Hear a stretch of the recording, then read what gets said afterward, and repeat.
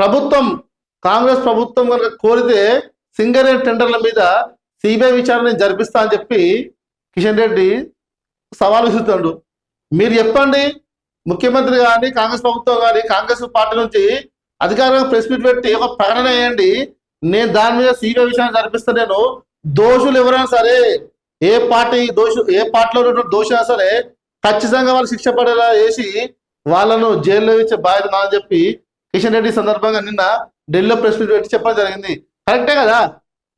తెలంగాణ మనలో దోచుకున్నటువంటి వాళ్ళు ఎవరైనా సరే, ఏ పార్టీ వాళ్ళైనా సరే, పార్టీతో సంబంధం లేకుండా ఖచ్చితంగా వాళ్ళకు న్యాయస్థానంలో శిక్ష పడాలి.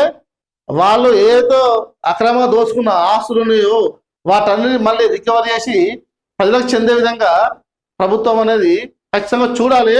దీన్ని మేము కూడా ఖచ్చితంగా డిమాండ్ చేస్తున్నాం. కిషన్ రెడ్డి గారు కాదు,